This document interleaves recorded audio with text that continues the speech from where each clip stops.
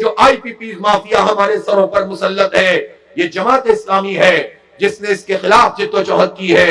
لوگ تو جانتے بھی نہیں تھے۔ مجھے یاد ہے میرے پاس ایک مرتبہ یہ اطلاع آئی تھی کہ ایک آئی پی پی ایسی تھی کہ جس کو سال میں 28 ارب روپے دیے گئے تھے اور اس نے 1 میگا واٹ بجلی بھی نہیں پروڈیوس کی تھی۔ 28 ارب روپے، 2800 کروڑ روپے اس کو دیے گئے تھے۔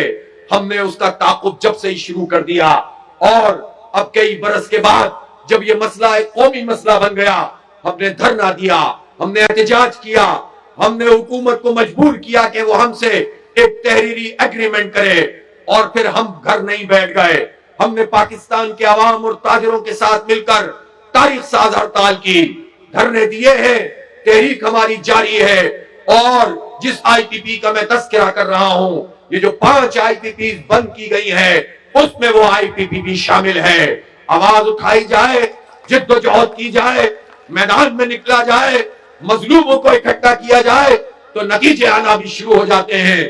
اور آج میں آپ کو ایک اور خوشخبری سنا رہا ہوں کہ کل انشاءاللہ 8 مزید آئی پی پی سے ری نیگوشیٹ کر لیا گیا ہے، اور 100 ارب روپے کا مزید فائدہ پاکستان کو ہوگا۔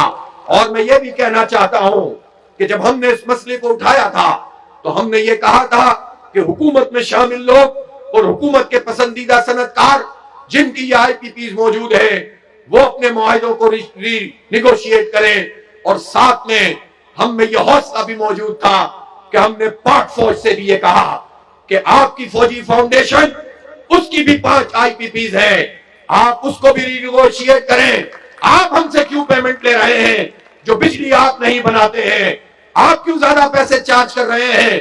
جب آپ قوم سے کہتے ہیں کہ قربانی دو، جب آپ ہمارے بلوں میں یہ پیسے لگا کر بھیجتے ہیں، تو پاکستانی فوج کے تحت چلنے والی جو بھی آئی پی پیز ہیں ان کا بھی معاملہ سیدھا ہونا چاہیے۔ اور میں آپ سے یہ کہنا چاہتا ہوں کہ انشاءاللہ آنے والے دنوں میں آپ سنیں گے کہ یہ فوج کی آئی پی پیز ان سے بھی ری نیگوشیٹ کیا جائے گا، اور یہ بھی اپنی قیمت کم کریں گے۔ اور نہیں کریں گے تو جس طرح ہم شریف خاندان کی بات کرتے ہیں، جس طرح ہم زرداری خاندان کی بات کرتے ہیں، پھر ہم کہیں گے کہ فوج میں بھی چند لوگ ہیں جو پوری فوج کی بدنامی کا سبب بنتے ہیں، عوام اور فوج کو تقسیم کرتے ہیں۔ پھر ہم ان کا بھی نام لیں گے کہ کون ہے جو ان آئی پی پیز پر ناک بن کر بیٹھے ہوئے ہیں۔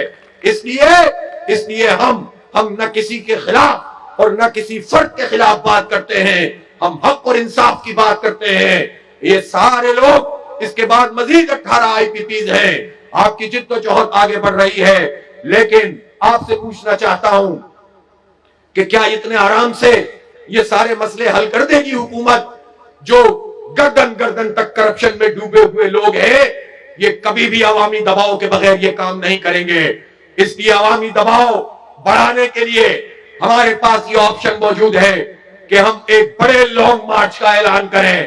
میں آپ سے پوچھنا چاہتا ہوں کہ آپ اس کے لیے تیار ہیں؟ ہم ایک ریفرنڈم منعقد کرنے جا رہے ہیں، پاکستان کے عوام سے یہ رائے لینے جا رہے ہیں کہ ہم نے تو کیپیسٹی پیمنٹ کے نام پر پہلے ہی ہزاروں ارب روپے دے دیے ہیں۔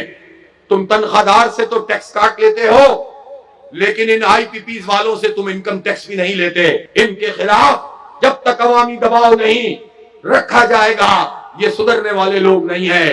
اس لیے ریفرنڈم میں ہم عوام سے یہ رائے لیں گے کہ چونکہ ہم پہلے ہی یہ پیمنٹ کر چکے ہیں، لہذا اگر حکومت نے بجلی کی قیمت کم نہیں کی تو پھر ہم انشاءاللہ بل بھی ادا نہیں کریں گے۔ آپ اس ریفرنڈم کو منعقد کرنے کے لیے تیار ہیں؟ کوئی فرق چھوٹنا نہیں چاہیے۔ تم اگر ہمیں حق نہیں دو گے تو ہم بل نہیں دیں گے، تم آئی پی پیز کو لگام نہیں دو گے، ہم بجلی کا بل نہیں دیں گے۔